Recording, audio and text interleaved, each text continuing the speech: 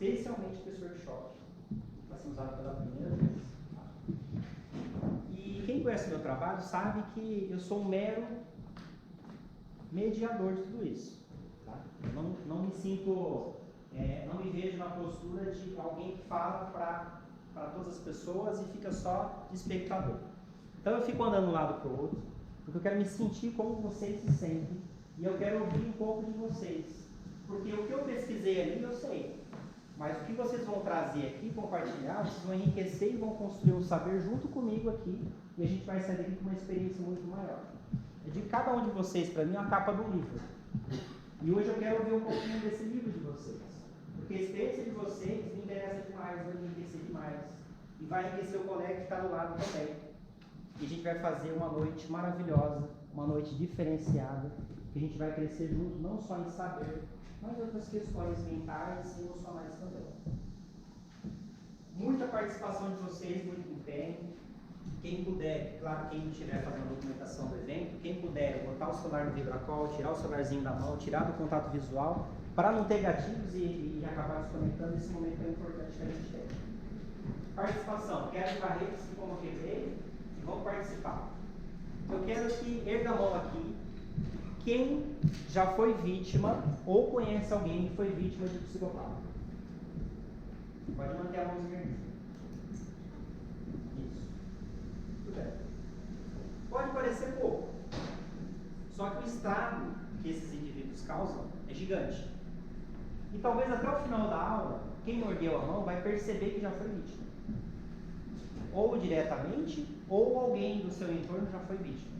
Então, inicialmente, teve poucas pessoas, mas vocês vão entender como que isso funciona no modo bem assim, nos bastidores, e muita gente é vítima disso. Vamos avançar um pouquinho. Alguns nomes aí para psicopatas, né? Nós temos ali o TPA, transtorno de personalidade antissocial, é um outro nome também para psicopatia. É e não é, a gente vai ver por quê. Tá? A psicopata é pior do que isso ainda. Pode ser chamado de camaleões na Espanha, de morcegos na França, sociopatas, perversos, condutopatas. Freud, né, chamava só de perversos, né? E aí esse termo foi utilizado em 1835 pela primeira vez, só que no caso o termo que foi utilizado na época foi como insanidade moral. Percebam que ele já está presente na literatura há muito tempo, os psicopatas. Bom, tanto que psicopata é pior do que o transtorno de personalidade antissocial. No DSM-5, que é o Manual de Diagnóstico Estatístico e Transtornos Mentais, feito pela Associação Americana de Psiquiatria, a última versão foi em 2013. O mais próximo de psicopatia, que vai encontrar nesse manual, é transtorno de personalidade antissocial. Por que transtorno e não doença? Porque psicopatia não é considerada doença. É considerado transtorno, é um modo de funcionar. É uma perturbação mental, emocional e comportamental. E ninguém daqui vai sair dando diagnóstico para as outras pessoas. Quem pode diagnosticar é só o psiquiatra. Isso é importante. Ninguém vai sair e falar assim, nossa, eu descobri que o meu parente é psicopata, Adriano. Descobri que a minha vizinha é psicopata. Cuidado, a gente não dá diagnóstico. Psicanalista não dá diagnóstico. A gente pode levantar hipóteses diagnósticas, mas quem vai dar o diagnóstico é o psiquiatra. Mas o fato da gente não dar diagnóstico não significa que a gente não vai conhecer o modo de funcionamento desses tubarões, desses morcegos e tudo mais, e a gente não vai se prevenir. Não é porque a gente não pode dar um nome certinho para ele que a gente não vai tomar cuidado. Avançar um pouquinho. Mas por que os psicopatas é um nível acima do TPA, do transtorno de personalidade antissocial? Percebam que entre os encarcerados, presos, muitos podem ter TPA, mas nem todos são psicopatas. E a gente vai ver as características que fazem com que isso ocorra. A psicopatia é mais grave do que o TPA.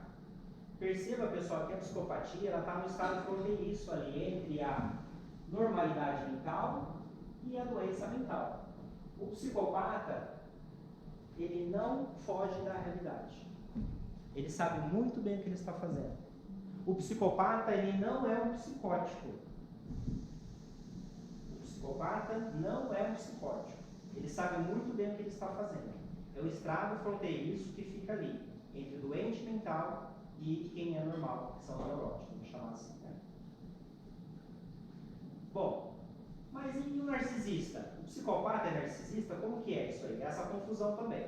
Tanto o narcisista como o psicopata, eles se acham superiores. Aí eu coloquei umas características-chave para a gente entender o narcisista e o psicopata. O narcisista, ele é dominado pelo ego dele. Lembra da história de Narciso? Gostava de ficar olhando lá no espelho d'água? O narcisista, está escrito errado inclusive ali, necessita de adoração. Ele tem que estar em evidência e tem necessidade de aprovação externa para sentir-se importante. Quem aqui conhece um narcisista? Erga a mãozinha. Ó, já aumentou. Do narcisista ao psicopata é só um degrau. Ó, já aumentou as mãozinhas. Já estão entendendo as características. A gente vive numa sociedade que facilita e prega muito o narcisismo. Vocês concordam com isso? Sim. Já o psicopata, ao invés de ser dominado pelo ego como narcisista, o psicopata ele domina o seu próprio ego. Ele usa e descarta as pessoas. Ou seja, ele objetifica o outro. Ele não precisa de adoração ou aprovação dos outros. Ele se basta. Perceba que ele é um narcisista elevado à potência máxima. E aí tem uma frase que diz assim: nem todo narcisista é psicopata, mas todo psicopata é um narcisista. A qualquer momento vocês podem levantar a mão, podem fazer pergunta que não me atrapalhe nada, tá bom? Eu vou passando o conteúdo, depois a gente pode conversar um pouquinho mais aí. Mas e como que nasce um psicopata?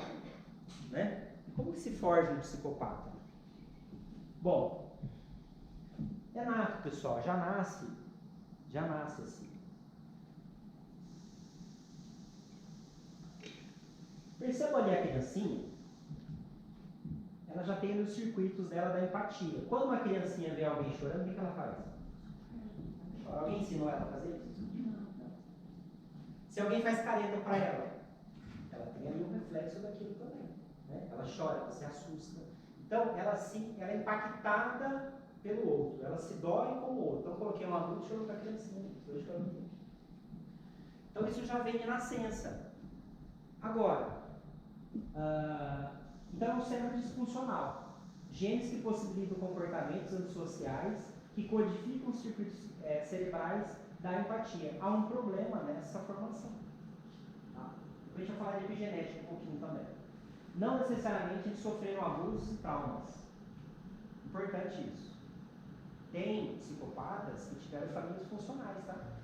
Não necessariamente teve ali problema de familiar. Aí a epigenética. O estilo de vida possibilita a expressão genética de doenças ou não. A epigenética aí, ela está tão recente, né? E ela prova que a gente pode ter uma predisposição a uma determinada doença, mas os fatores ambientais, eles podem fazer com que esses genes, eles aflorem e aí aparece a psicopatia. Certo? Vamos avançar um pouco. Então nasce assim, certo? Vai olhar para os bebês. Não olhar para o bebê, vai pensar a chorar para ver se o bebê chora. Vai bocejar para ver se alguém do lado boceja. Vocês sabem que é isso, né? Neurônio espelho. Quando a gente boceja, geralmente alguém do lado começa a bocejar. Vamos pegando aí algumas dicas para identificação. Bom, fatores então, agora biopsicossociais. A gente falou primeiro dos biológicos, né? Agora dos sociais. Observe comportamentos infanto-juvenis. O olhar de uma criança. Observe se ela maltrata animais, se ela maltrata os irmãozinhos, se ela manipula os pais. E aí você já começa a perceber que, como o psicopata ele já nasce assim, então pode ter criança psicopata? Pode ter jovem psicopata? Pois é. Tem um filme do Macaulay Culkin, Anjo Mal, alguém assistiu? Pega a mãozinha, quem assistiu? Parabéns para vocês. Quem assistiu o Esqueceram de Mim, eu só conheci o Macaulay Culkin que Esqueceram de Mim, né? E eu achava uma criancinha muito natural naquela interpretação dele. Aí depois eu conheci esse filme mais antigo dele, que é O Anjo Malvado.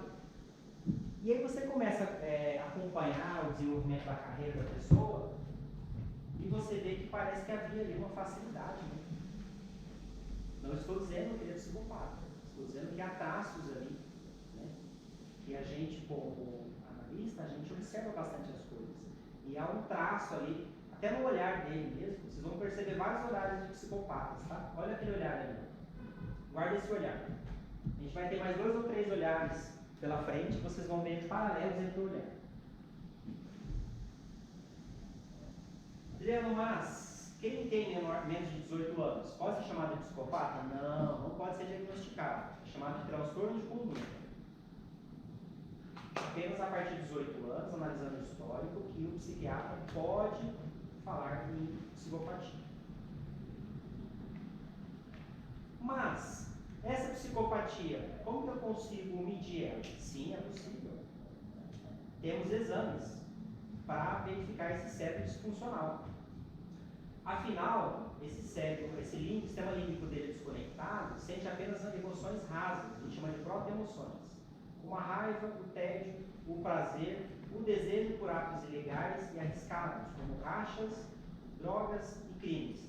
Quem aí tem visto frequentemente carrões aí de pessoas ricas e poderosas em rodovia e tudo mais, em bairros novos de Campinas, atropelando pessoas? Perseguido. Vocês têm visto notícias recentes desse ano sobre isso em Campinas? Pessoas com seus carrões atropelando gente de moto? Não? Mas está tendo vários casos. Vários casos. Bom, através de exames de mapeamento cerebral, ressonância magnética, tomografia, é possível analisar ali, fazendo perguntas, analisando as emoções, né, rasas do psicopata, naquele exame. Olha lá o cérebro de um normal, uma pessoa, olha como que ele se acende, se conecta, interconecta todo, e do psicopata não. O sistema límbico é nessa parte mais central. Perceba que ela fica apagadinha. Não há atividade com a gente ali. Ela é disfuncional. Então isso aparece em exames. Tem um teste internacional que chama Escala Hare. Foi criado em 91 por um canadense. Ele é especialista mundial em psicopatia. Através de 20 perguntas ele consegue definir o grau de psicopatia de uma pessoa. Ele aplicou isso principalmente na população carcerária. Esse teste é utilizado pelo FBI e foi validado no 2000 pela psiquiatra doutora Ilka Muranda para aplicação no Brasil também na população carcerária. Mas além desse teste, além do exame de imagem, tem que ser levado em conta também todo o histórico dessa pessoa. Toda a vida pregressa dela. Então é analisar como que foi a infância, como que foi a idade jovem. Quem aí conhece pessoas que na idade escolar não param em escola nenhuma, ou não pararam em escola nenhuma, erga a mão. Já deu um bom. Quem conhece pessoas que tinham uma disfunção escolar, não pararam em escola nenhuma, arrumava encrenca, bullying, depois cresceu, não para em trabalho nenhum, relacionamento nenhum? Erga a mão também. Mais um pouco.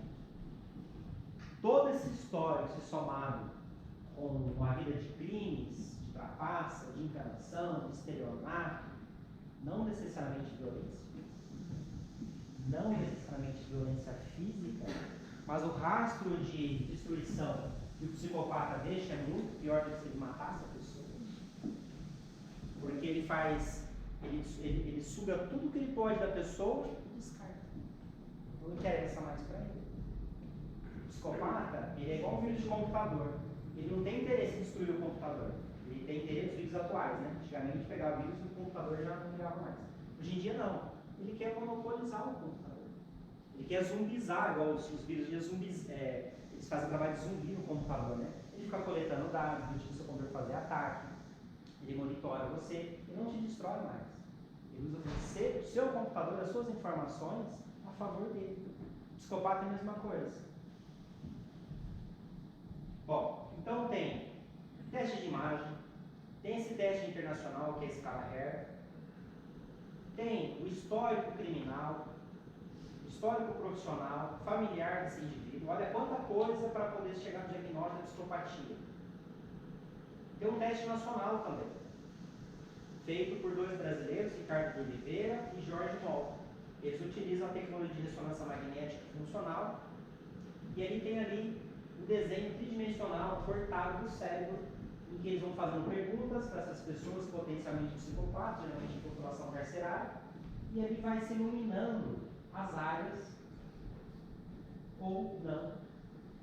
E aí mostra a disfuncionalidade, né? O cérebro psicopata, pode ver ali as luzes, né? Tem que usar mais apagadinho, e aqui o cérebro normal. Ela é menos mobilizada, menos áreas. Quando eu falo sistema límpico, eu estou falando de emoções. Ele só tem aquelas emoções rasas lá, primárias. Estatísticas. Analisando, geralmente, entre os homens, de 1 a 4%. Isso é pouco ou é muito, pessoal, da população mundial? É pouco ou é muito? Ele está falando de milhões, né? É muita gente. Muita gente. Mulheres, de 1 a 2%. Mas isso analisando o público comum. Se eu for na população carcerária, esse índice aqui sobe com uns 20%. Esse índice dispara. Geralmente o psicopata na prisão, ele está estudando, ele está fazendo faculdade EAD. Pois não. Boa noite, pode ficar à vontade. Qual é o seu nome? Qual é o nome, senhor? Nesse estudo que da prevalência masculina, existe um fator genético que vai fazer essa disposição? Muito bem. Tem o fator genético, que codifica os circuitos cerebrais mais emocionais nas mulheres, e a questão de ser mais racional e menos emocional no homem. Né? O psicopata ele tem mais a prevalência realmente masculina por não sentir tanto a questão das emoções, que é uma característica mais feminina. Ao contrário do borderline, né? Por exemplo, que vai ter prevalecência mais nas mulheres. Então é mais masculino exatamente pelo modo de funcionar do homem, que ele é mais razão do que emoção. Bom, aí o que acontece? Então lá nas rebeliões ele vai estar, no presídio ele vai estar controlando as rebeliões, ele vai estar escolhendo a pessoa que eles vão jogar lá de cima e vão tacar fogo na rebelião, e tranquilamente. Lá na rebelião ele vai ser a pessoa que vai organizar todas as celas, e toda a logística, e toda a estrutura, para que aquilo ali fique organizado. Ele vai dar consultoria tributária para as pessoas do presídio. Ele vai dar de imposto de renda. Ele vai dar consultoria jurídica. Ele vai ensinar, ele vai fazer um monte de coisa lá e vai ganhar favores. Então vai ter televisão na cela dele. Ele vai conseguir ter as saidinhas, ninguém vai ficar sabendo. Ele vai ter vinho na cela dele. Pode falar. Qual é o seu nome? Meu é Naira. Naira. Na questão afetiva, familiar, existe isso quando o psicopata? Ele tem sentimento pela própria família ou ele faz a família vítima também? Também. Tudo para ele é objeto. Se ele casa, é para ter uma máscara social, para galgar coisas superiores. Ele não tem filho porque ele gosta do filho, porque ele ama o filho ou a filha. Ele tem filho para ter máscara social e todo mundo achar que ele faz parte de uma família padrão, respeitada. Entendeu? Ele usa a própria esposa dele? Sim, ele usa e ele descarta. Ele vai fazer dívida em nome da esposa, ele vai sujar o nome dela, ele vai fazer empréstimo, e ao mesmo tempo que está para ele estar com outra. Não tem amor, só tem as emoções rasas. Ele tem só desejo de poder. Não. É um sistema límpico desconectado. Não se apega a nada. Nem filho. Não tem essa questão da vida. Para ele não faz sentido. A gente vai avançar um pouquinho mais e que eu vou estar respondendo você também nos slides, tá? Níveis de psicopatia. Então, pela escala Hare, pode ter a leve, pessoa que aplica pequenos golpes, trapaças, estelionato, a moderada e a grave, que são serial killers. Quem aí lembra de algumas empresas, principalmente de viagem em Campinas, que tinha já há muito tempo e começou a vender pacotes para fora do Brasil e fechou? Tivemos isso esse ano em Campinas, tivemos? Isso é um belo estelionato. Imagina a pessoa paga na viagem para a Europa dela, fica sei lá um ano pagando, e aí quando ela descobre, ela vai lá, está fechado. E aqueles funcionários que trabalham na empresa, e sem nenhum comunicado eles chegam, a empresa está fechada. Está todo mundo no olho da rua. Só pode. Isso é a filosofia psicopática. E aquela empresa que ela premia quem delata o colega de trabalho. Então você não busca ali um trabalho em equipe, não busca resolver as coisas, não busca uma produtividade, um ambiente harmônico, humanista, e sim um ambiente psicopático. Só baseado em resultados, para que as ações deles valorizem e eles tenham cada vez mais lucro. É só olhar para quantas fusões de empresas a gente está tendo. Quanto mais rápido esses grupos de empresas estão crescendo, maior a filosofia de psicopata por trás disso. E a filosofia em si não tem um fator humano como preponderante, e sim o capitalismo. É só olhar como que a gente está cercado de pessoas com essa filosofia. E aí os psicopatas graves, eu coloquei os serial killers, né, para ilustrar ali o caso da Daniela Pérez. Nós tivemos ali um assassinato ritualístico. Vocês sabiam que o assassinato dela foi ritualístico? Ok? Pode perguntar? Qual é o seu nome? Meu nome é Miriam. É a mãe da Naira.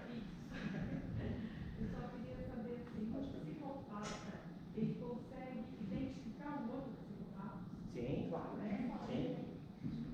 O psicopata viria aqui hoje para participar da palestra? O que vocês acham?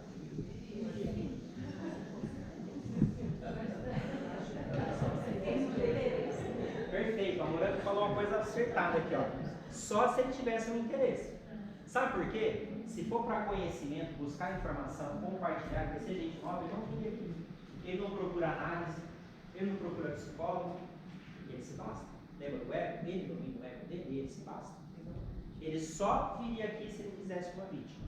Então lá vai estar, por exemplo, a Morango. A Morango é rica, ela é poderosa, ela tem algo que eu quero, então eu vou lá porque eu vou ver o comportamento dela, vou fazer uma leitura dela, depois vou chamar ela para um café. E aí ele coloca a peia dele em ação. Então só se ele tivesse um interesse ele estaria aqui hoje. Eu sou solteira, tenho todos eles, eu tenho que fazer exame. Daqui a pouco ele já cai, nós também não possível, isso daí é loucura. Meu Deus.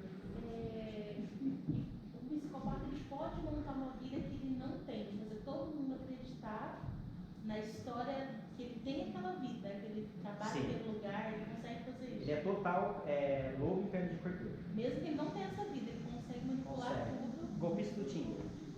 Uma mulher bancava a outra. Uma mulher bancava a outra, não tinha nada daquilo. Ele sustentou uma vida de luxo, né? Já tinha com hotel e tudo mais, comendo banho melhor que uma mulher pagando a outra. Ele é todo fake. Só que quem vê, a gente está numa sociedade de consumo, quem vê aquilo lá de fora, nossa, olha o carro dele japonês. Né? Olha o carro dele importado japonês. Olha o terno dele, né? A Valbessa de Borromão aí, né? Olha o terno Armani dele. Olha o óculos, olha o celular iPhone 14 dele. Ele vai utilizar de subterfúgios que a sociedade valoriza para poder chamar a atenção numa sociedade consumista. Então, quanto mais vazio as pessoas, mais caídas as pessoas, mais são alvo dessas pessoas. Quanto mais autoconhecimento vocês buscam, uma parte dos sensores funcionais, mais menos vocês vão ser alvo dessas pessoas. Porque para vocês não faz sentido o que para ele faz sentido. Entendeu? Daqui a pouco a gente vai dar as dicas de como se prevenir, né? Pode perguntar. Ele sempre vai ser a vítima, a pessoa sempre vai ter errado. Perfeito. Nunca vai estar errado. Perfeito. Daqui a pouco eu vou falar das técnicas, que é exatamente uma das técnicas. Ah lá, o que os motiva? Aí tem um desenho lá no Pica-Pau, né? O pessoal, o Pica-Pau, vou dizer que ele é psicopata, né? Tem esse personagem, porque esse personagem é Mas ele é esperto. Esse é. O que acontece? Ali é o prazer, né? É o prazer pela coisa errada. Isso é só uma metáfora, tá? Apesar que a gente viu muito esse desenho no passado, né? Ele gostava de fazer maldade. Então, isso é um pouco de psicopatia, né? Você ter prazer em fazer maldade. A gente assistir esse desenho sem nenhuma maldade, né? Bom, eles usam as pessoas para conseguir, guarda bem isso, diversão, status e poder. Diversão, status e poder. Guardem bem isso, tá? Outra coisa para vocês, ao final vai ter meus contatos no último slide. Quem quiser em PDF os slides depois, se gostar do conteúdo, eu posso enviar para vocês, só me solicitar, tá bom? E também perguntas e tudo mais que vocês precisarem, e até ajuda. Que algumas vão levantar no início aí, se precisar de ajuda em alguma coisa. Modo de operação, olha lá. Ele usa a estratégia teia de aranha. Ele envolve a pessoa, ele prende a pessoa nessa teia que ele criou. Depois ele começa a minar a energia dessa pessoa e ele estende essa teia. Vamos ver na prática como que é isso? Vamos dar um exemplo bem prático. Conheço a Val, estou aqui hoje assim na palestra igual vocês estão, tal, aí sentadinho, estou só olhando a Val. Né? Estava namorando, eu falo, estou só manjando a Val, tal, né? As opiniões dela, a forma que ela fala. Lembrando que o psicopata ele é muito inteligente. E dali ele começa, se ele quer ter ela como vítima, né? Ele viu algo nela que ele queira, então ele vai fazer o quê? Ele vai começar a ser o cara mais gentil do mundo com ela. Vai mandar mensagem para ela, vai abordar ela aqui, e vai chamar ela para tomar um café, vai chamar ela para uma parceria comercial. Ele vai ver qual ponto de entrada para poder acessá-la. E nesse momento está sendo o quê? Está envolvendo ela. Né? Ah, Val adora a questão de moda. Ele vai começar a falar. Vai na internet pesquisar um pouquinho sobre moda, porque o psicopata ele é muito superficial, tá? Ele sabe tudo um pouquinho, mas em profundidade não sabe nada. Nossa, Val, e aquele desfile de moda que teve em Milão, total. Nossa, eu li também. Ele vai chegar em questões em que ela vai criar ali um rapport com ele. Né? O ser humano é muito disso, né? Nossa, parece que ele pensa igual eu. Na verdade, ele estava te envolvendo. Né? Aí ele vai na rede social dela, ele descobre o nome completo dela, vai na rede social, ela adora vinhos, e que vinho, vinhos italianos. Né? Ele vai, não sei o que, vai fazer uma postagem sobre vinho, vai marcar ela. E assim vai te envolver, tá bom?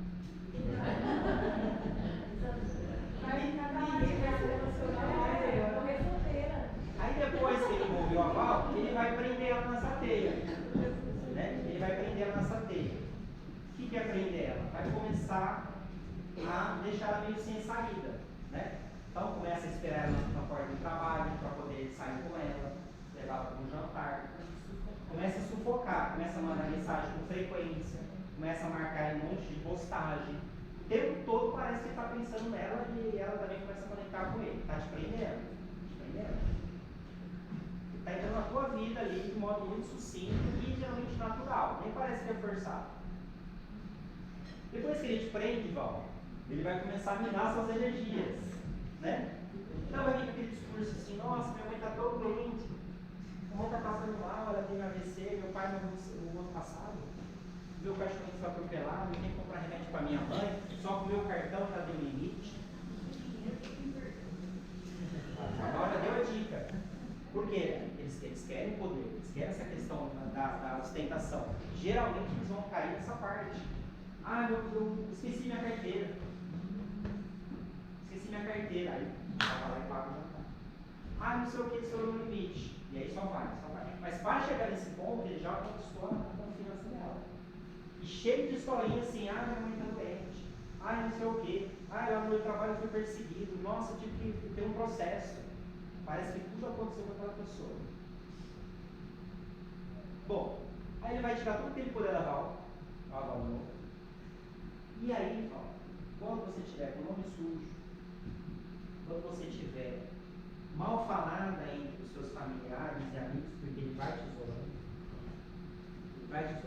ele vai te deixar tão maluca da cabeça que todo mundo à sua volta vai achar que você é louco, porque ele começa a deixar você tão desregulada, insegura, independente dele, que as pessoas à sua volta vão começar a falar assim, nossa, não deixa ela não, vai virar fundo do cara, você deixa ele não, nossa, você faz dele porque está cuidando dela, mas não está bem, mas está meio depressiva.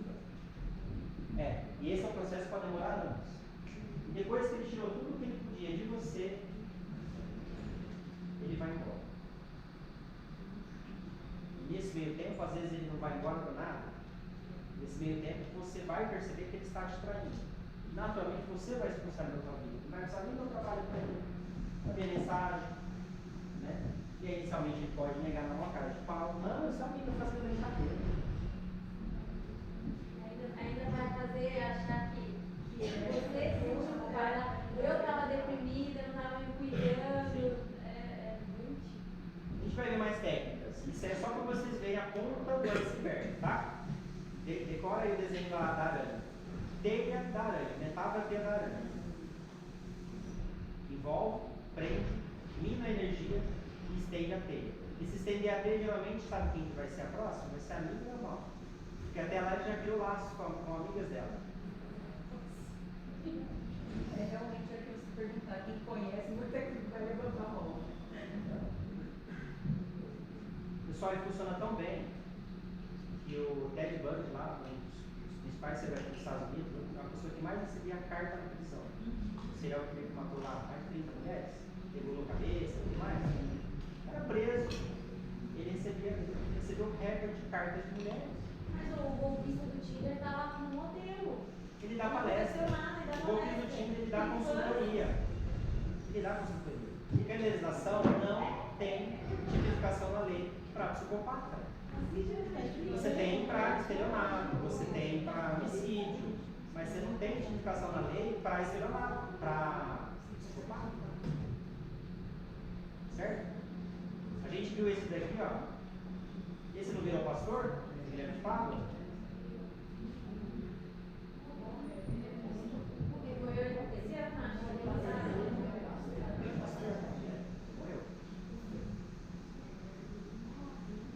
Bom, camaleões sociais. Por que camaleões? Porque ele vai se travestir das características que o entorno acha importante. Então, se ele vai se inserir no alto escalão social, vai dar um jeito de ter um ponto de acesso e começar a frequentar pessoas poderosas. Então, se a Val está sempre em festas badaladas, com evento, ele vai se aproximar da Val, porque a Val está nessas festas, e lá ele já vai ver as vítimas dele. E aí, para ele poder ir lá, ele vai comprar a melhor roupa, ele vai fazer as coisas que tem mais a ver, os camaleões, ele vai se adaptar para aquela alta sociedade.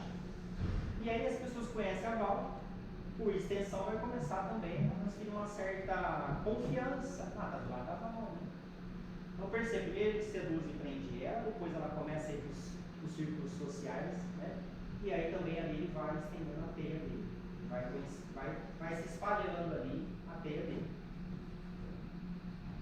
Agora, mulheres, cuidado com a sensação de alma gêmea. Cuidado com aquela sensação de homem dos sonhos. Erga a mão aqui, quem assim já teve uma amiga? Amiga, né? Já falou assim, amiga, eu conheci um cara, ele é perfeito. Erga a mãozinha assim, não é vocês não, amiga. Olha só. Esse comentário de que a pessoa é o homem da minha vida, Val, perfeito. Esse comentário, ele é o homem da minha vida. Esse daí, ó, mais um ponto, tá? Mais um ponto para você acender o alerta. Porque ninguém é perfeito. As pessoas idealizam baseado no que o camaleão ali se aparece, né? E a pessoa idealiza aquilo. E vai te passar tudo que você quer. Vai passar tudo o que quer. Não estou dizendo que todos os casos são isso, mas, por exemplo, o garotão lá, todo fortão louco, começa a sair com uma mulher que tem, sei lá, 3 vezes, 4 vezes mais idade do que ele. Isso é uma coisa que a gente está vendo muito na sociedade atual. Estou dizendo que podem ser psicopatas. Mas, o que acontece? Dá para se acender um alerta, porque às vezes aquela pessoa está numa época da carreira da vida dela, uma atriz, uma artista, ela tem um poder, né? Ela tem ali uma questão financeira, ela tem um poder, ela tem a visibilidade, e às vezes aquela pessoa ela quer essa visibilidade também junto para ela se galgar um cargo, por exemplo, político, de peito político, psicopata. E aí, o garotão, às vezes, vai na carona ali da senhora, né? Não estou dizendo que está errado esse tipo de relacionamento, mas ele vai na carona, às vezes, para poder, na verdade, ser financiado num projeto que ele precisa. Um projeto de poder. E aí ele vai pegar tudo o que ela quer. Quer dizer, ela quer um romântico, quer a companhia, uma uma senhora carente que trabalhou a vida toda e não tem um homem do lado, ele vai pegar exatamente e vai ser o camaleão que ela quer. E ela vai financiar ali, por exemplo, a carreira política dele. E assim que ele conseguir, né, tá voando ali as asinhas dele, ele vai dar um jeito de descartá-la. Agora, estou falando ele, né? E a Flor de Lis? É ela. Porque ele descartou o marido. Pastora, filho dela, né? Exatamente. Descartou, né? É uma pessoa acima de qualquer suspeita. Cuidava de 50 crianças, cantora, gosta, máximo social. Descartou, não precisava mais. Começou a ter conflito de poder. Ela não sujou a mão. Ela deu um jeito de convencer ao poder, de convencer filhos para matar. Pergunta lá no fundo. Professor, se eu tiver vontade, eu acho que essa é uma pergunta que eu acho que deve estar mais lá na frente. Uma não, duas. Pode perguntar. Se o senhor quiser responder mais na frente também, Tudo fique à bem. vontade. Como que um psicopata chega no tratamento e como que ele tem, é identificado assim, você está de alta? Como que ele chega no tratamento e como que ele está de alta? Muito bem, respondo já. Essa no finalzinho, mas já vou adiantar. Primeiro, o psicopata não vai chegar para se tratar. Ele não vai chegar para fazer análise, ele não vai procurar um médico, porque ele está acima de tudo e de todos. Às vezes não se aplica a ele. Ele é um transgressor social, às vezes não serve para ele. Ele se acha melhor que todo mundo. Então ele pode correr na rodovia a 220 por hora e atropelar um casal que está na moto de madrugada na rodovia e matá-los e está tudo bem. Aconteceu aí mês passado, se não me engano. Em Campinas. E está tudo bem, então ele não vai procurar. Ele vai na delegacia, vai lá chegar para os advogados dele. Não, olha, eu não tinha bebido um pouquinho, não estava bem, atropelei sim, mas eu tenho emprego fixo, eu tenho residência fixa, tranquilamente, não vou fugir. Dispõe de liberdade. Tranquilamente, não vai fugir. Então, não vai procurar tratamento, não vai ter alta. As pesquisas que tem com psicopatas são pessoas que já estão presas, estão encarceradas. Porque eles estão aí nadando de braçada em os mais altos cargos que a gente viu no slide anterior, né? Pode ser na política, pode ser na medicina, pode ser no meio religioso. Também. Se transformam nas aspirações da vítima para conquistar ostentação. É um exemplo do golpista do Tinder. Psicopata chora? Chora. Choro de jacaré. Lágrima de jacaré. Sabe o jacaré quando vai comer a presa? Aí ele abre a bocona, ativa lá ali a parte lacrimal dele, a glândula lacrimal, por isso que ele chora, né? Não é porque ele está triste, não. Ele abriu a bocona dele, atingiu ali a parte lacrimal, aí chora, mas é lágrima de crocodilo. Então, a Suzane Richthofen chorou no enterro dos pais? Ou se chorou lá, cara, dela? Choro de crocodilo. O choro, geralmente, ele é aquele choro assim, nossa, eu dei a cabo ali o meu plano, matei meus pais, mas não consegui herança, ficou com o irmão. Na verdade, não é o choro que teus pais morreram, é porque não conseguiu a herança. É de raiva, é porque não colocou o desejo e não se concretizou. É só por isso. Porque eles estão pensando neles, eles não estão pensando em quem eles mataram. Pode perguntar. Voltando na questão do relacionamento, se a pessoa tiver um pouco mais de amor próprio, totalmente amor próprio, ela se blinda, concorda? Sim. Porque ela não vai aceitar qualquer pessoa ao lado dela, principalmente pra... Perfeito, Val, é isso aí. E ainda bem que vocês estão se conectando com a psicanálise, vocês estão no caminho de se blindar. Existem várias blindagens, né? Não é a nossa pauta aqui, mas tem a pauta espiritual, tem a pauta da psicanálise também.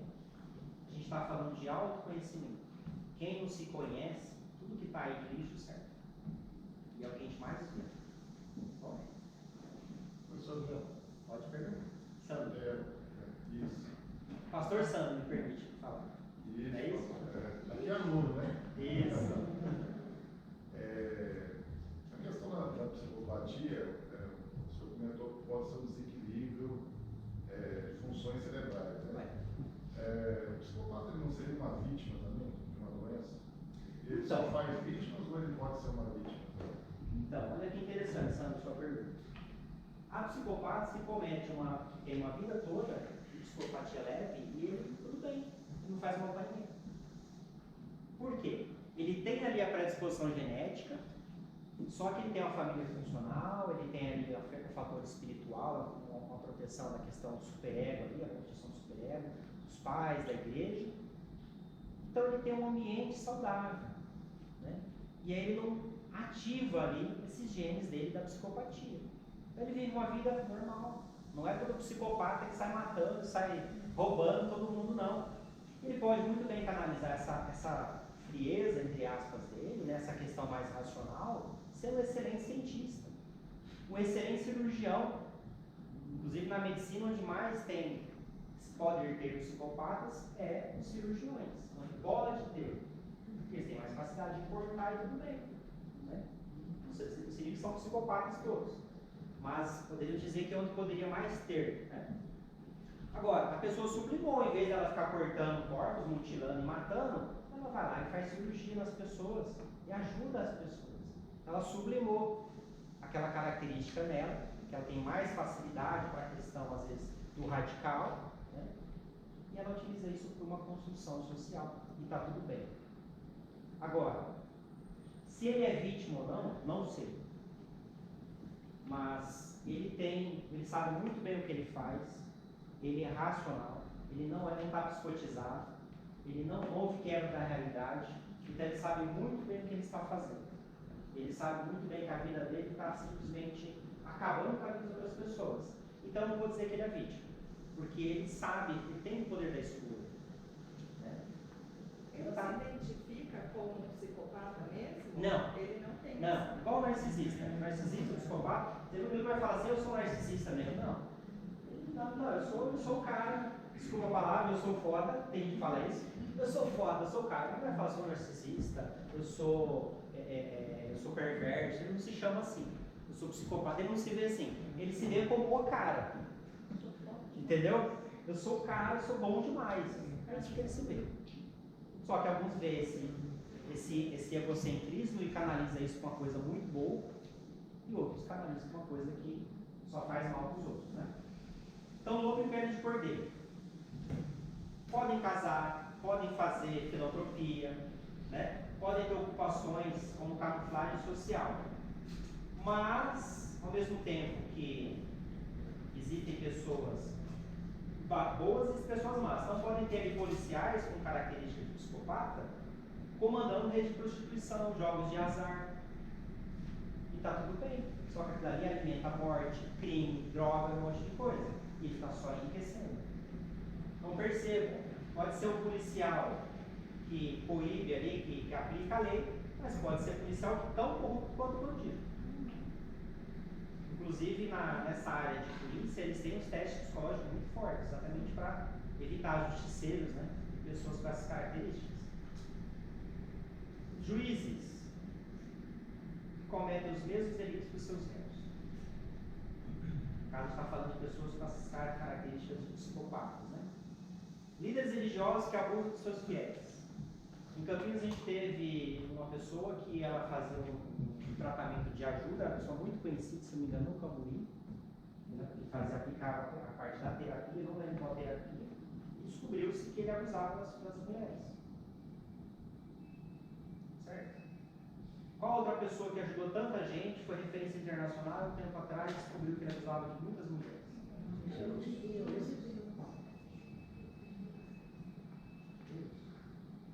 Percebam que, às vezes, pessoas muito poderosas, muito conhecidas, depois se descobrem que, na verdade, são lobos e pés de cordeiro. Roger Abramacci, quem lembra? Quem lembra? Referência em herbiatria, não é isso? Escrevia livro, saía da televisão, entrevista, faculdade, professor de faculdade. Ele abusava de jogos e gravava. E foi pego pela sua própria, né, característica, porque ele filmava e no final foi descoberto pelas filmagens dele mesmo. Políticos que desviam dinheiro da saúde. Um exemplo só, né, de saúde, segurança. Política é um cargo de poder? Pois é.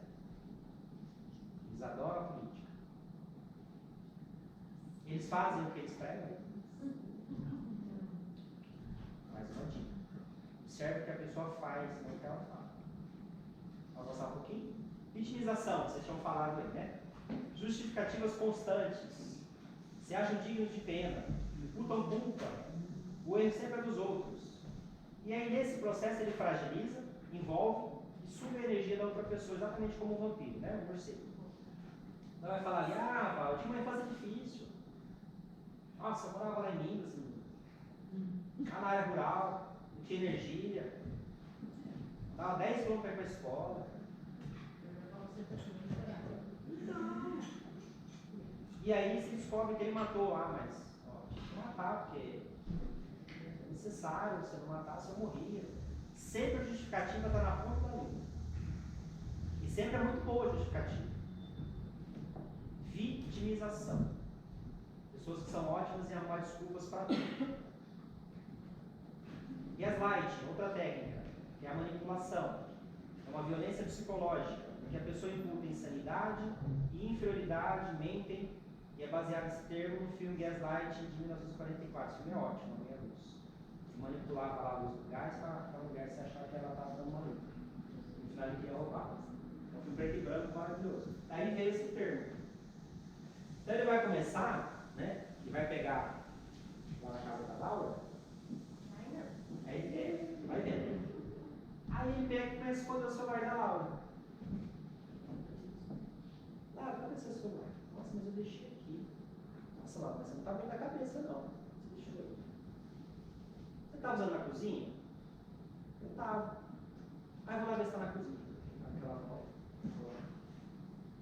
Achou, Laura? Não. Está debaixo da cadeira lá, você estava sentado, você não viu. Exatamente o que ela fazia no gaslight. Ele escondia quadros, escondia joias dela. E ela começou a se fragilizar e se achar que ela estava maluca. E todo mundo onde ele saiu das redes sociais percebia que ela estava meio, sabe? E ao mesmo tempo que ele fragilizava, aí ele vinha assim, dava um abraço, um beijo nela, chamava de meu amor. E daqui a pouco, no primeiro erro dela, ele era agressivo com ela. Era bruto com ela. Então ela estava sempre em altos e baixos, morrendo de medo de viver com ele. Quantos relacionamentos aí vocês devem conhecer que a pessoa não tem segurança de falar uma coisa por medo da reação e possibilidade do seu companheiro? É um comportamento de bipolaridade, que você vai de altos e baixos. E quem está no relacionamento assim, não estou descartando a bipolaridade, o borderline. Estou dizendo um comportamento em que a pessoa está morrendo de medo de viver com essa pessoa. Ao mesmo tempo que ele é super carinhoso, ele estressa, em público inclusive. Deixa, ela está ficando maluca. Fala para os parentes dela, inclusive, a mãe, né? Olha, não está legal não. E aí essa pessoa está realizando o quê? Um gaslight, uma manipulação. Essa pessoa ela vai saindo de si. Porque no momento que ela fica dependente dele, só buscando agradar ele, ela deixa de vigiá-lo. Ele começa a ter amantes, ele começa a voltar mais tarde para casa, ela cobra menos dele. E ela vira ali praticamente, essa mulher, né, ou esse homem, depende aí, vira na verdade um objeto de manipulação desse outro. E para chegar nesse ponto aqui, geralmente, sabe o que ele já fez? Ele falou assim, Laura, sai do teu trabalho, Laura, fica mais em casa, sabe por quê? Você vai ter mais tempo de cuidar da casa. Aí já tirou o trabalho da vida dela. A gente sabe a importância de ter um trabalho na psicologia nossa, né? A independência financeira, a rede de amigos que a gente tem no trabalho, o aprendizado novo. Só que tirando a Laura do trabalho e colocando ela só dentro de casa, ele tem mais controle. Fica dentro de casa, você vai cuidar melhor dos nossos filhos. Aí daqui a pouco recebe os parentes no final de semana em casa, aí tem o churrasco, tem tudo. Na hora que está lá com os parentes dela, ele fala bem, conversa, é a pessoa mais agradável do mundo. Quando eles vão embora, começa a falar mal de todo mundo. Nossa, aquela sua amiga, hein? Nossa, ela é falsa, né? E aí está fazendo o quê? Está botando ela, vendo o defeito de todo mundo à volta dela. E ela começa a se isolar dos parentes e dos amigos dela também. Isso é verdade. Está colocando ela só no casulinho dela. E assim como fala mal dos parentes, amigas dela para ela, lá fora faz a mesma coisa. Ó, lá não está muito legal não, viu? Melhor você começar a não ligar mais não ligar para ela não. Ela está precisando de um tempo.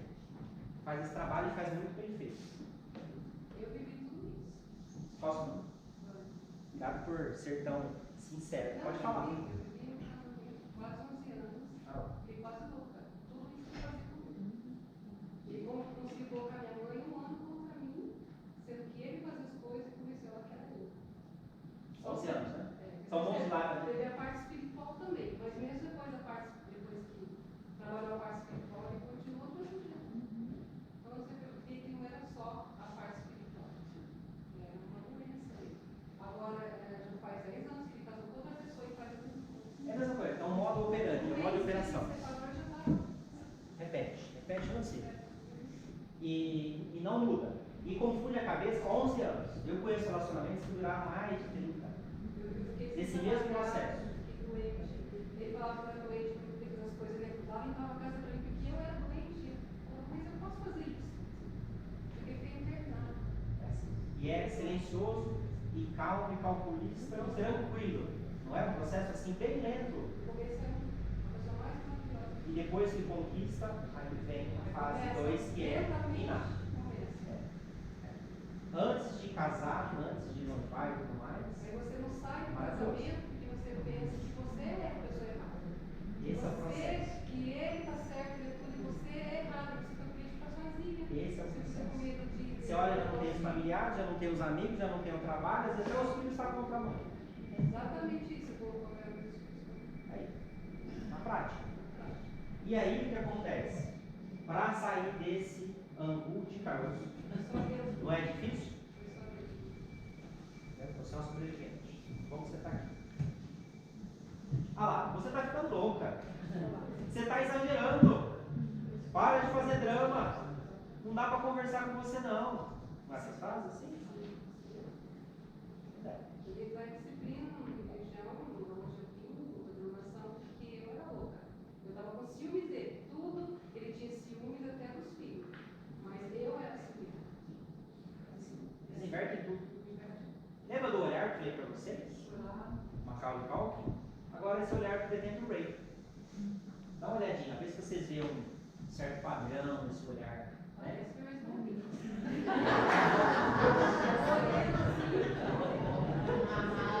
Amarrado. Olha lá. Só grava esse olhar. Um olhar intenso, fixo e desconcertante. Dá licença, Morana. É comum uma pessoa que fica assim, ó. O tempo todo em você? Não é normal assim a gente olha um pouquinho, a gente. Esse não é o comum que a gente. Porque a gente, né? Agora, eles te olham igual um tubarão lá da foto inicial, ou igual um leão quando está querendo pegar a zebra. Aqui, ó. Olhar de predador. Para não perder a presa. Está lá no DNA dele essa questão de ser predador. É aquele olhar ali, ó, de perseguidor.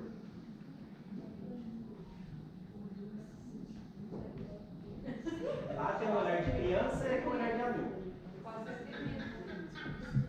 Vai ter que ter medo. Ele achava que eu estava É outra fase da chantagem. Olha lá, mentir e chantagear. Cada pessoa que cai na mentira dele se sente mais confiante. Vai vendo. Ele vai se treinando. E a cada relacionamento ele fica melhor do que ele faz. Ele é um mentidor contumaz, né?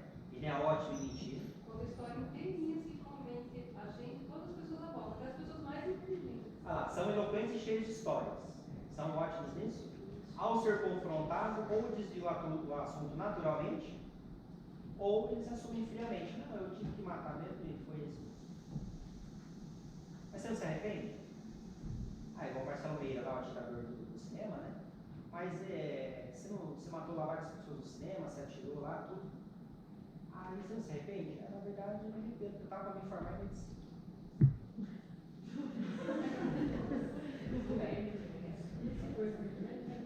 Tá quase formando em medicina. O rapaz fazendo uma machadinha, né? Pergunta se você arrepende. Eu falou que não fazer de novo. É assim mesmo. Ah, só me arrependo porque eu deixei essa pessoa fugir e na verdade, foi ela que acabou testemunhando e isso não teve. Então é assim. Tipo, eu falei. Eu vi um caso essa semana de uma filha que o pai mata a mãe e ela assiste, ela é pequena. E ele vai preso. E anos depois ele encontra com ela, ela pai, você não se arrepende? Arrependo de não ter matado você também. fala assim tranquilamente. Ausência de culpa e remorso. Então, ausência de empatia e incapacidade de amar. Foi aquilo que vocês estavam, que o Sandro perguntou lá, né? Então, lá o serial killer, o Ted Bundy, ele diz lá, não importa o que eu fiz no passado, isso não me incomoda. Sente prazer em dominar, enganar e mostrar sua pseudo-superioridade. Ausência de culpa e remorso. Outro exemplo, o maníaco de Trianon, conhecido como Dahmer brasileiro, preso em 1989. A culpa é dele, que me chamou para tomar um drink na casa dele. Ele fazia programa e ele matava os clientes dele executivos. E ele só foi pego porque um deles lá ele roubou o documento do carro da pessoa e ele começou a chantagear por dinheiro, né, e tudo mais, e a pessoa foi e denunciou ele para a polícia. Não cedeu ao medo. Por isso que ele foi pego. Outro caso, ela de novo, Suzane. Após o assassinato foi para um motel comemorar. Quando a polícia informa a ela que seus pais tinham morrido, ela diz, e agora, eu tenho que ir à polícia então? E depois, após a morte dos pais, ela faz um churrasco. E demonstrou imediata preocupação com eles. Ao olhar, dá uma olhada no olhar. Ao olhar de pensadora. Vamos para mais um olhar. O maníaco do parque. Preso em 1967. Está arrependido do que fez? Sim. Eu estou preso, né? Mas e as vítimas? Está pensando nele. Eu estou sim, porque estão me chamando de monstro. Pensam apenas em si. Dá uma olhada no olhar. Cheio de admiradoras, né? Cheio de admiradoras. Esse aqui é outro. Ele conseguia lá convencer as meninas a subir na motinha dele. Olha, o cara é bom de lado, hein? Levava lá pro meio do parque para tirar foto. E as meninas iam, ele era patinador e tal, tinha uma lápia, ia lá e degolava e ainda. 1967. Escrevi 97? Também acho, verdade.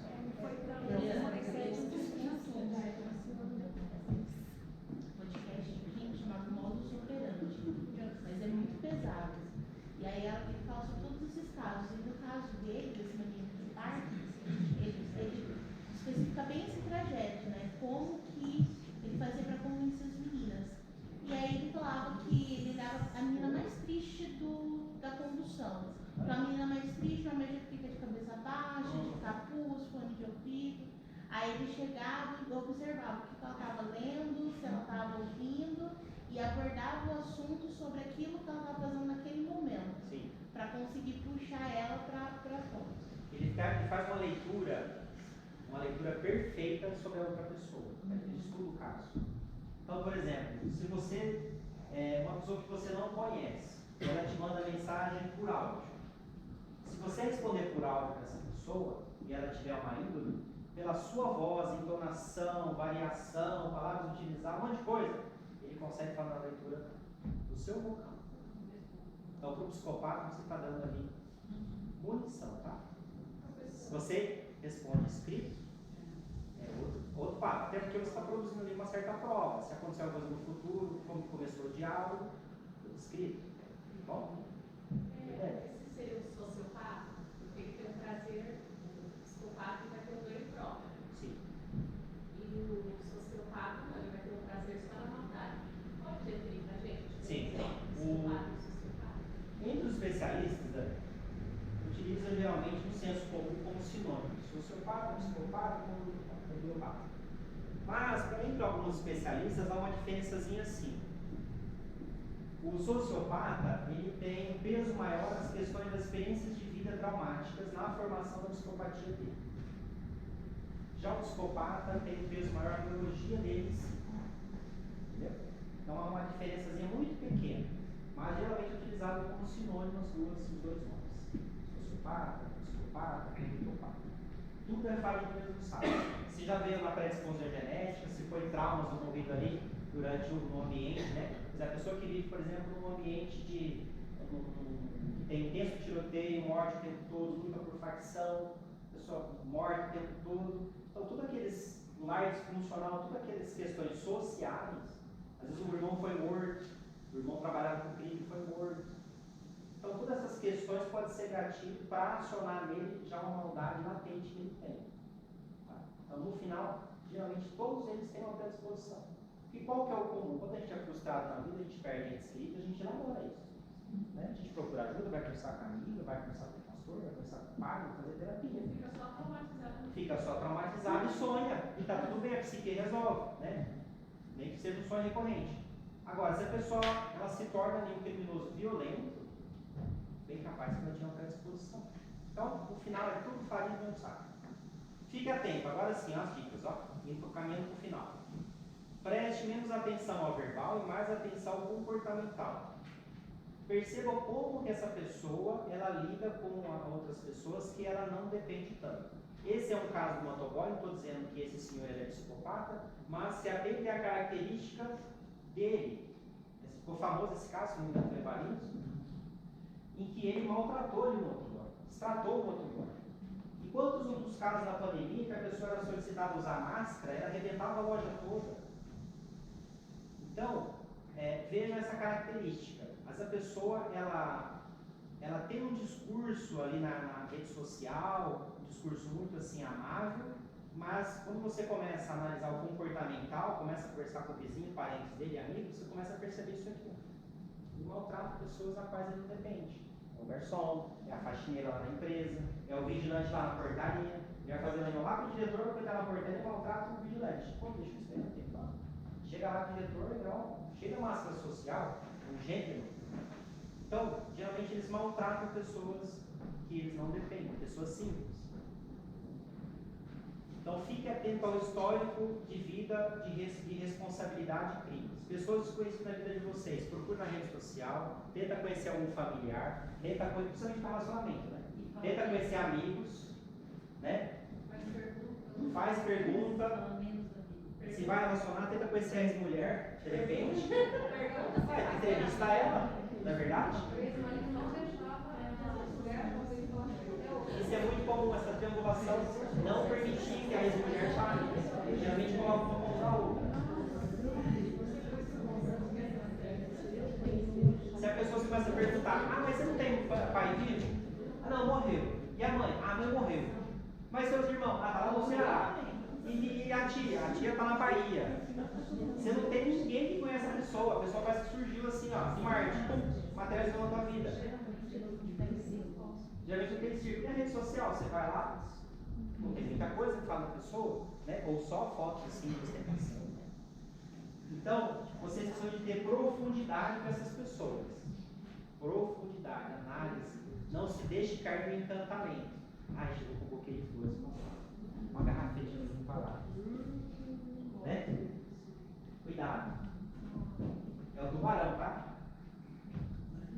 Fique atento, ascensão meteórica, profissional, financeira e política. Quem lembra dessa figura aí? Pois é. Começou lá embaixo no Partido dos Trabalhadores e virou quem virou. E a cada degrau que ele foi subindo, ele descartava. Ele descartava a cada pessoa que ajudava ele a subir. E foi uma coisa que aconteceu em um ano? Não, foi um projeto de poder gigantesco. E quem estuda a história dele sabe que teve gatilhos na infância. E quem estuda a história dele sabe que Freud recomendou aos pais dele que ele precisava de terapia, era uma criança problemática. E os pais fizeram o que com a carta de Freud? Porque não tinha e-mail, não tinha zap, não tinha nada. Era carta. O que os pais resolveram fazer? Não fazer terapia, não levar para acompanhamento, nada. Desenvolveu o louco. E olha o olhar. E era um louco artístico. Ah, mas o psicopata, essas pessoas, eles não têm um lado artístico assim. Tem. Ele colecionava obras de arte, ele pintava quadros. Gostava de música. Carismático, eloquente, teatral, né? Fique atento. Diante de situações impactantes para a maioria, menospreze sentimentos alheios à situação. Então, por exemplo, eu e a Morango estão lá no ponto de ônibus, né? E a Lari também. Aí a pessoa passou e roubou o celular nosso. Aí, não vai deixar. né? Também acho que a Lari não vai deixar. Aí o que acontece?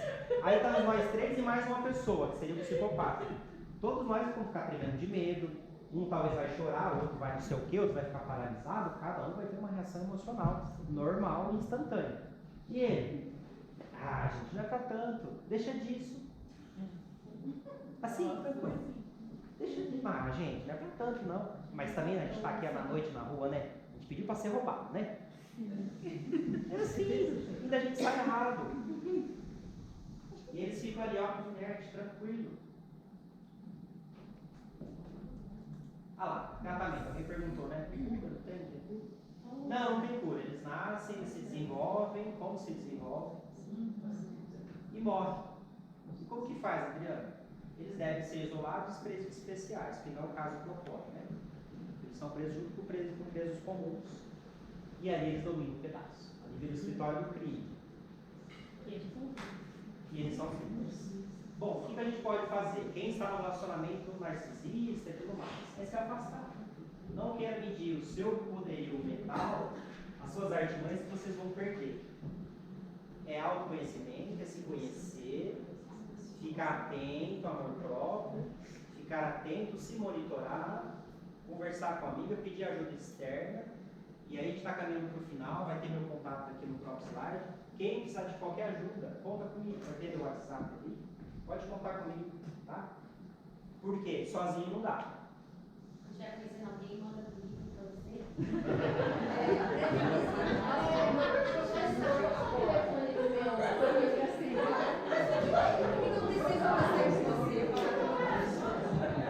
Posso falar uma coisa pra vocês?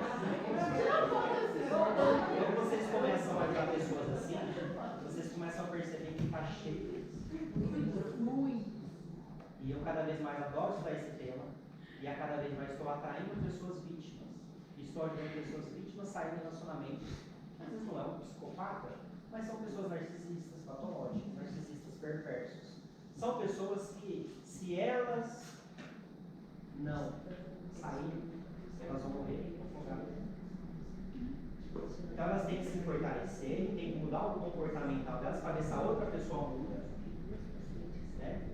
Agora, vai se. É um processo muito complicado, é muito desgastante. Geralmente pessoas adoecem, somatizam. Então, pessoal, sozinho não dá. E vocês aqui da psicanálise, vocês podem ser pessoas que lá fora vão levar essa informação. Levem essa informação. Começa. Pode passar.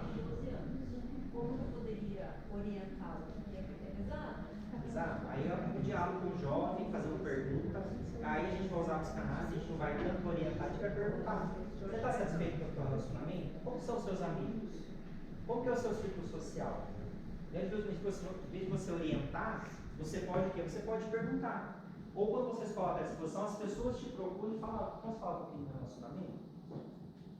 A doutora Camila, por exemplo, está fazendo uma TCC dela em psicopatia. Ela não está aqui hoje, mas eu estou auxiliando ela. E aí, e por que eu estou auxiliando ela? E ela me autorizou a falar isso. Quem você tá? A Camila. Camila? É. Sou Camila. Ah, tá aí. Tudo bom? Você autorizou, não autorizou? Então, eu estou ajudando ela por quê? Porque ela tem experiência com isso. E ela foi vítima disso. Ela está aqui para contar a história ainda bem.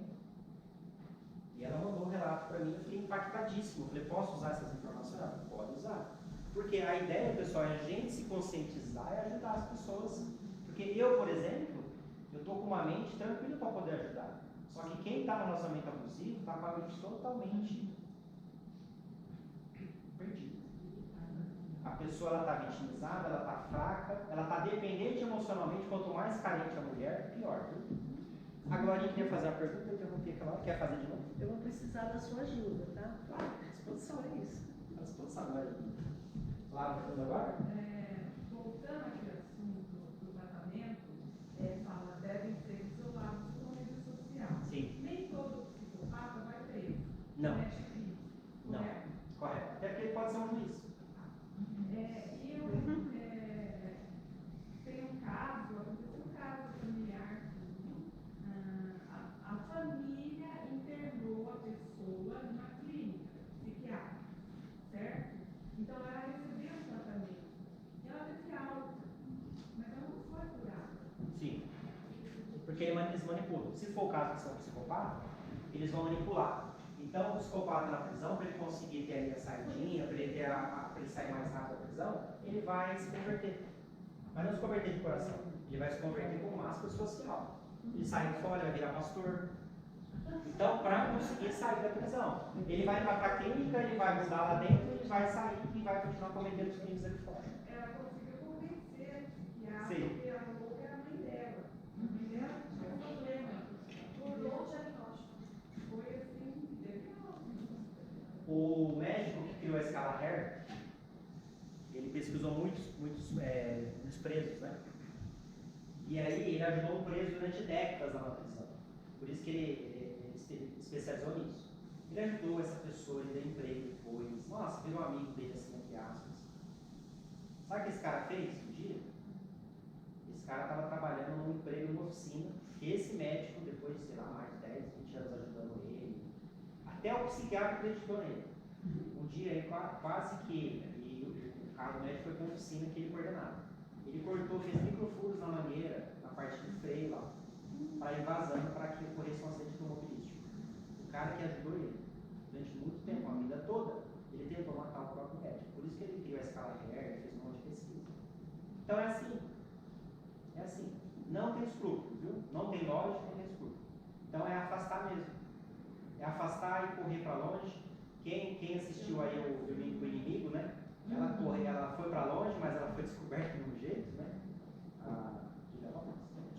clássico, né? Então se afasta, mas se afasta bem afastado. Só que ela tinha a mãe dela e aí foi atrás da mãe e através da mãe ela achou. Essa foi a frase que um psiquiatra falou para mim. Você está dormindo com o inimigo. Você já assistiu o filme? Assista. Muito vítima, né? Você contou uma vez. Olha só, olha quantos casos. Eu vou fazer uma pergunta importante. No caso do psicopata, como eu extraí, tem os filhos deles, os dois. Eles podem ter nascido com isso também, pode se desenvolver ou também não. Perfeito. Pode ter uma predisposição genética, mas conforme a gente estuda na epigenética, pode se manifestar ou não. Certo? E mesmo que a pessoa tenha ali a psicopatia leve, desde a juventude, se você tem um lar castrador, limitador, que dá limite, que dá amor, não vai se expressar tantas características de personalidade do psicopata. Porque ele vai ter ali um limite, ele vai ver que os atos errados dele, ele tem uma punição. Então, você faz ali uma moderação naquele indivíduo. Né? Agora, o que a gente mais vê hoje em dia é o quê? Lares permissivos. Tudo pode, gente. E aí, se a pessoa tem uma predisposição à psicopatia, o que vai acontecer? Tudo pode. Vai manipular na escola, vai falsificar a nota, vai colar no colega, está tudo bem. Vai parar na vaga de idoso, vai falsificar carteira de estudante, vai sonegar impostos, está tudo bem. O que mais? Vai falsificar benefícios do governo. A gente não vê muito isso aí? Pois é, eles não são psicopatas que fazem isso. Muitas pessoas que têm comportamento de psicopata. Traços, né? Traços de psicopata. E aí cabe a gente coibir isso. A gente está preocupado só com o psicopata que nasce psicopata. Mas é uma construção social em que a gente permite muitas coisas. Pequenas coisas que a gente permite dentro do nosso próprio lar, que tem filhos, está criando monstros. Olha a responsabilidade que a gente tem. E às vezes a gente cria características psicopáticas em nós mesmos. Porque a gente às vezes olha para as redes sociais do nosso entorno e a gente quer ostentar a qualquer custo. Isso é psicopatia. Isso é traço. É um modo de viver. Tem muitas pessoas que estão nesse modo de viver. Que é um modo de viver irreal. Que se falta amor. Agora, finalizando, eu vou passar para vocês um pequeno videozinho desse filme Darling. Se alguém conhece o alemão? Nossa, então assista que é maravilhoso. Tem na Netflix. Filme indiano. Ele vai trabalhar em relacionamento abusivo. Só que de uma forma, inclusive, com humor. Assistam que esse filme é maravilhoso. E aí ele vai falar um pouquinho da parábola do sapo e do escorpião, nesse trechinho do filme. Está aqui.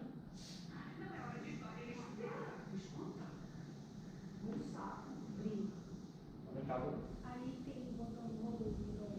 Tem? Ali, ó. Aqui tá. Aqui, ó. Ali no meio. Aí um escorpião que estava preso na enchente se virou e falou pro sapo: "Você me ajuda a atravessar o rio?" O sapo perguntou: "Mas e se você me picar?" Aí o escorpião respondeu: se eu ligar você, nós dois vamos nos afogar no rio. Por que eu me mataria? Senta. Senhor, 2 chás. Aí o sapo pensou: é verdade, ele tem razão. Quer que eu chame o táxi? Vai logo. Então o sapo deixou o escorpião voar nas costas dele e eles começaram a atravessar o rio. Mas assim que chegaram no meio do rio, o escorpião ergueu o rabo e picou o sapo. O sapo perguntou: por que você me picou? O escorpião disse: eu sou um escorpião. Picar é o que eu faço.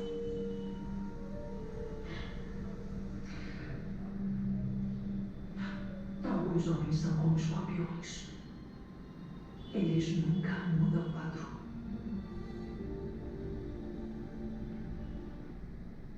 Certo? Psicopata nunca muda. Psicopata nunca muda. Não se iludam. Tem aí a Lei Maria da Penha, né? Denuncia e dá outra chance. Esquece. Vai voltar pior do que estava.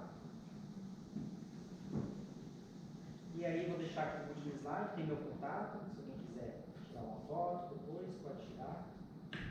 E eu finalizo essa palestrinha com vocês e fico aberto a perguntas. Se quiser perguntar alguma coisa, fico à disposição. Parabéns.